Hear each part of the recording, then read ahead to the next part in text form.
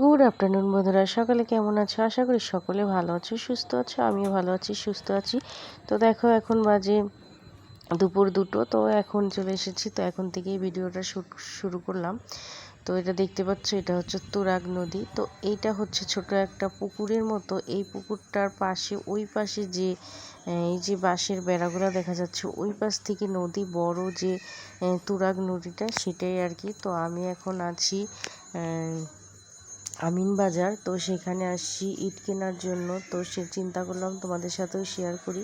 তো এই যে দেখতে পাচ্ছ, এটা হলো ইটের ভাটা, আর এই যে নদী। তো নদীটা এই দূরেই, কিন্তু এখানে আর কি দেখো, এই যে পানি, বর্ষার পানি আর কি চলে এসেছে কাছাকাছি। তো সেই জন্য, আর এই যে দেখো, এখানে পুরোটা শুধু ইটের ভাটা দিয়ে ইট ভরা। তো এখন ইটের ভাটা, ইটের কাজ বন্ধ, ইট পোড়ানোর কাজ আর কি বন্ধ। সেই জন্য আর কি এখন আপাতত দিকে। তো দেখো, ওখান থেকে এসে আর কি এখানে বসেই আজকে দুপুরের খাওয়া দাওয়াটা শেষ করলাম।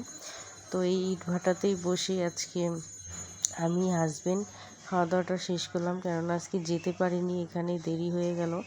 তো দেখো চিকেন বিরিয়ানি, তো বিরিয়ানি তো খাচ্ছি, কিন্তু দেখো কি যে একটা সমস্যা, এখানে এত মাছি যে এত বিরক্ত করছে, আমার একদম খেতে ইচ্ছেই করছে না। কিন্তু দুপুর তো হয়েছে, খেতে হবে। তো এক হাত দিয়ে মাছি তাড়াচ্ছি আর এক হাত দিয়ে খাচ্ছি।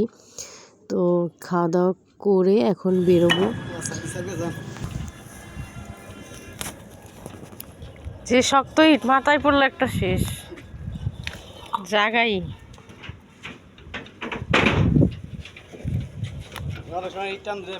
হ্যাঁ হ্যাঁ, না ঠিক আছে।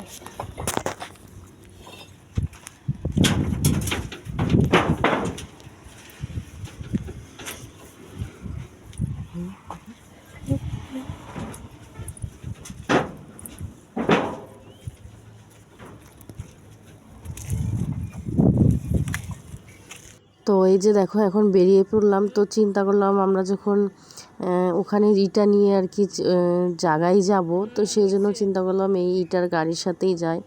আর সাথে আছে হাজবেন্ড, তো চিন্তাই নেই কোনো। তো সেই জন্য দেখো, আমরা উঠে গেলাম ইটের গাড়ির সাথে। তো আমরা সামনে বসেছি ইটের গাড়ি, আমি, হাজবেন্ড আর ড্রাইভার।